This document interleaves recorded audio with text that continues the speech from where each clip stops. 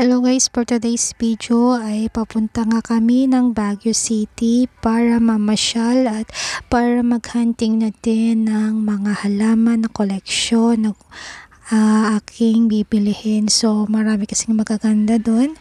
Kaya naisipan ko nga nang pumunta kami ng aking anak na makulit. So ayan, so mga 9 or 10 kami nagbiyahe. Mga ganitong oras talaga yung mga gusto kong pag biyahe papuntang Baguio, kasi nga kapag madilim yung daanan ay talaga nahihilo ako kapag puro dilim lang yung aking nakikita. So ayun, so pinili ko ganitong mga oras nga pagamat natagal lang kami dun sa nadaan na tulay. So bali from Pusurubio, Pangasinan to Baguio City is 2 hours yung aming biyahe. Medyo natagalan lang dahil nga doon sa ginagawang tulay. So kaya tayo ngayon ng Baguio, bagamat tapos na yung Pinagbenga, marami pa naman pwedeng puntahan at pasyalan doon na magagandang mga tanawin na pwede nating ma-enjoy. Ayan, so samahan nyo kami ng aking anak na mamasyal.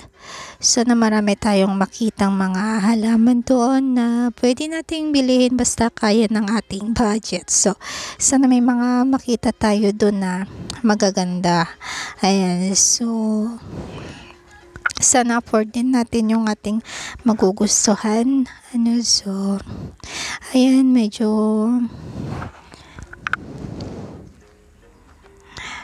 ayan, so dito tayo sa Cannon Road dumaan kasi ban yung ating sinakyan. So dito tayo sa Cannon. Mas okay din kasi daanan dito kasi madadaanan natin yung layon, kaya lang hindi ko na siya nakuhaan ng video.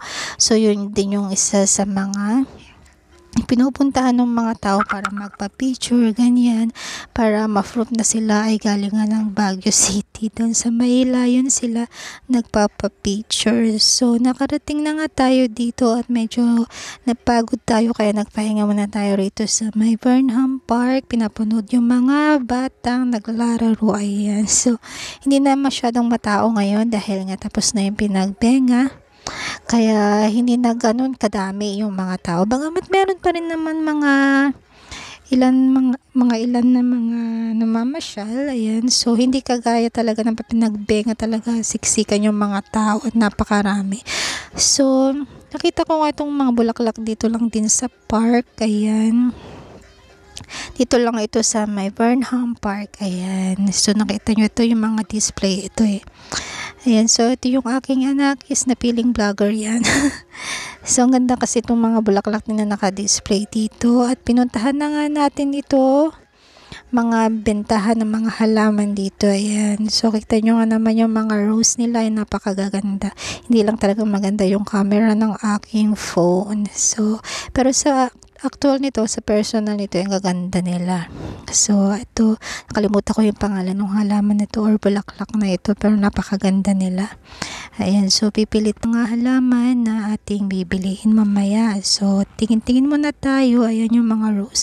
Yung actual nito talaga napakagaganda nila. Ayan, cellphone ko lang talaga yung problema. Ito yung pinakagusto ko talaga dito na bilihin, itong foxtail na tinatawag, kaya lang medyo mahal talaga ito. Nasa 1,000 na din yung halaga ng foxtail.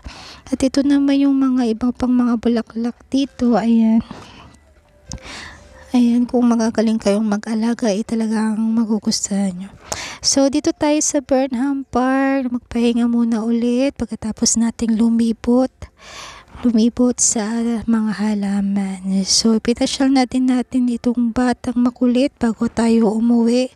Ayan, so dito tayo sa my children's park. Ayan, saglit naming ipinasyal itong bulinggit.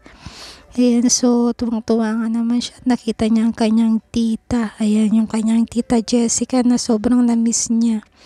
Ayan, naglaro lang kami dito saglit. Nilaro lang namin siya saglit dito. Ayan, bago kami umuwi. Ayan, so tuwang-tuwa nga siya.